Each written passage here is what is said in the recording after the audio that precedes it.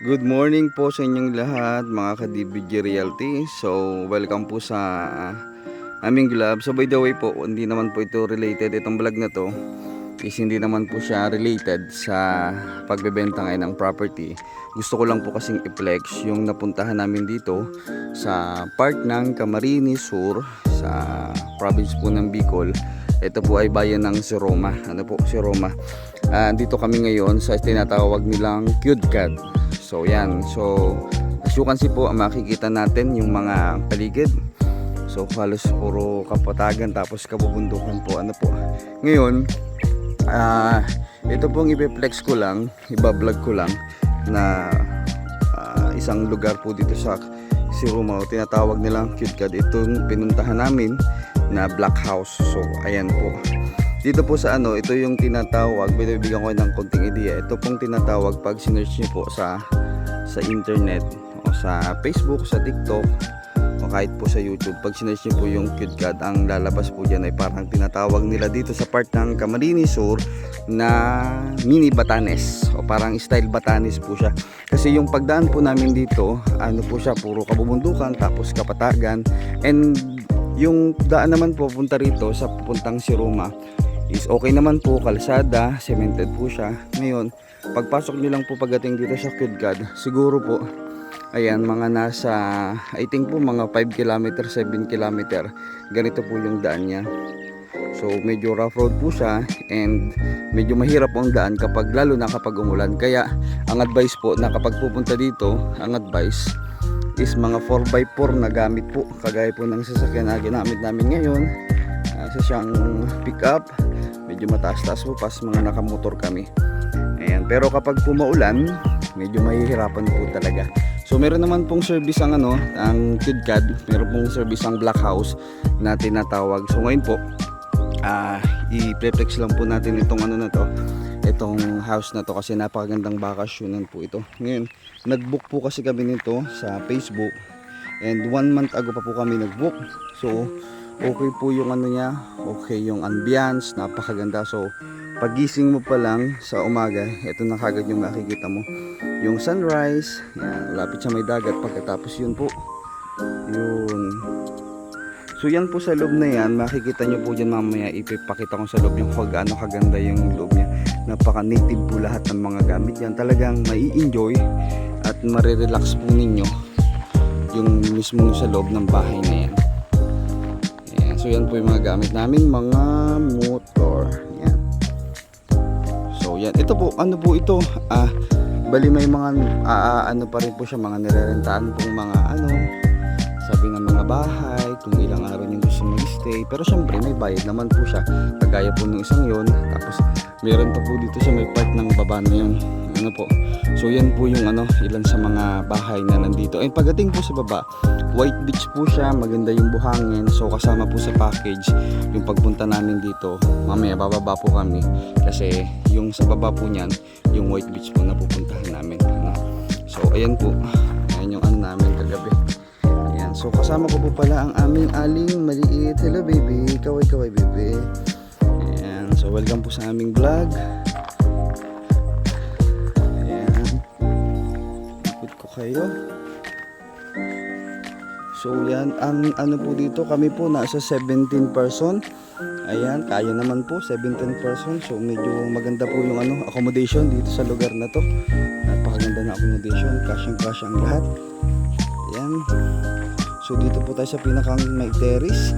So doon ka lang part baby, mahulog ka. Yun. Okay. Ayan po. Ayan po yung kabuuan ng Black House.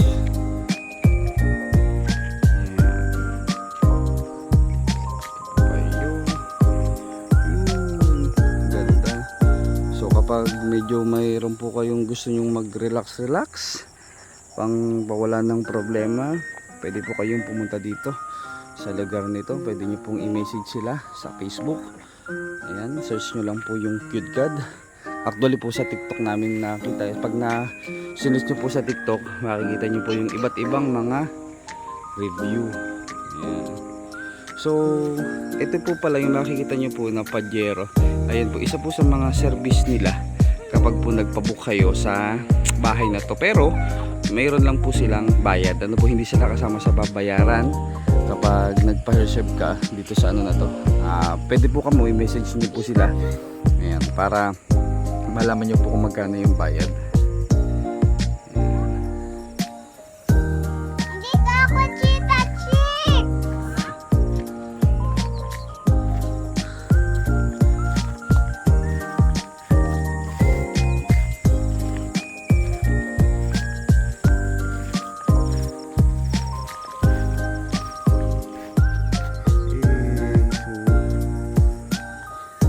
Mami! Ayan po.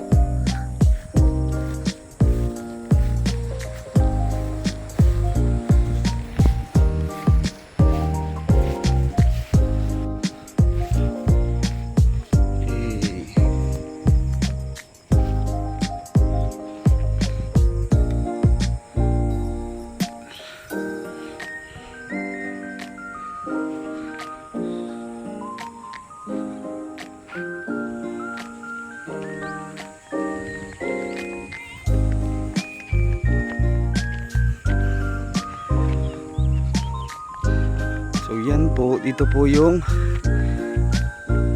makikita ninyo sa baba. Yun po yung beach na paliliguan ng sa baba. Ayan. Ganyan po siya kaganda.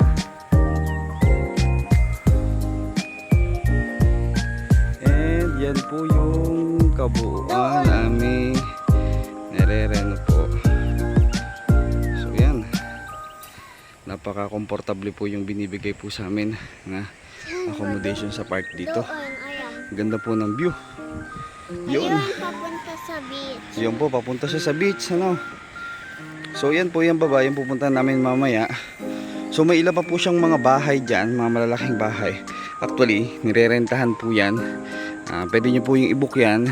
Hindi ko lang po alam kung isa lang po yung may-ari niyan dito at saka dito. Pero makikita nyo po sa baba, yan po napakaganda ng kanilang paliguan. Ano? Kaya itong tinatawag nila dito sa may part ng Suruma, ito yung tinatawag nila na Mini Batanes daw. Ayan, so napakaganda po, medyo satisfying po ang ano niya, ang view. Yun, so ulitin ko po, hindi pula naman pong related to sa pagbebenta ng lupa ngayon. Gusto ko lang i-flex itong napuntahan namin kasi napakaganda po ng lugar. Ayan.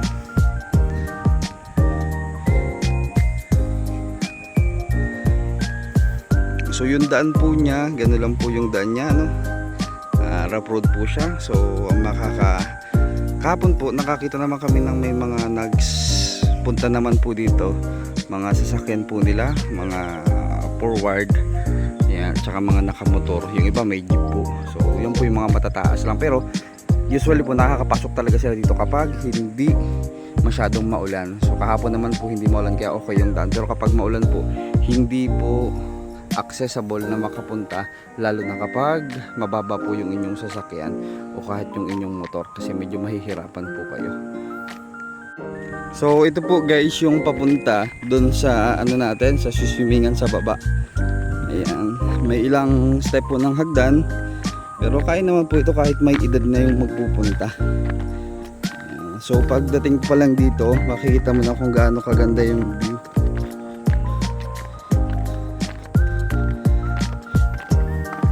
Siguro ang layo lang po nito mula dun sa Black House na tinutuluyan, mga nasa 100 meters lang po o wala pa, kasi kita naman po siya sa likod.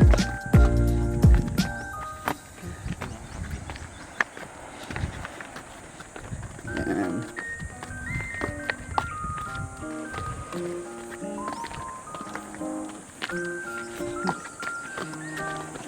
Kapagod pala pag ahon dito, ano?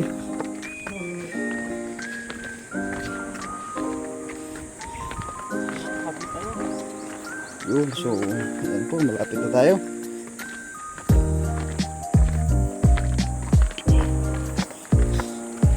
Yun. So yan po, may isa pa dyang bahay.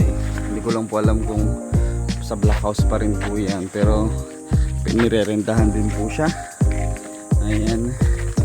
Di naman po kayo mawo-worried pagbaba dito kasi ano naman po siya, sementado. Kaya hindi kayo madudulas.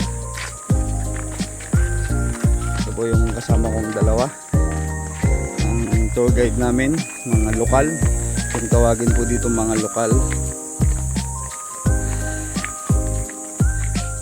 Ayan, may ano po dito, oh. Paalala. Ayan. Kayo na lang po magbasa, di ko po kaya alam pa paano anong Tagalog dyan. Yun, ganda. So yun, ayan po, ganyan kang view.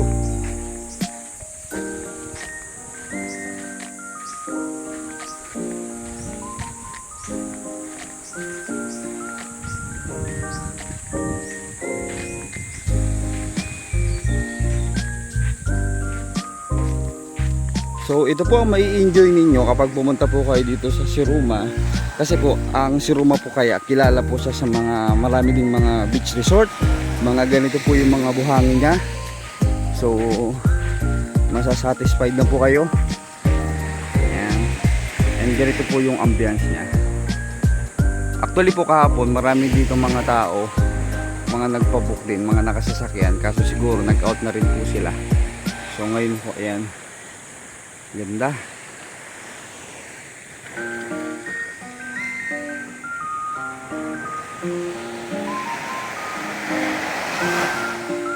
Yun.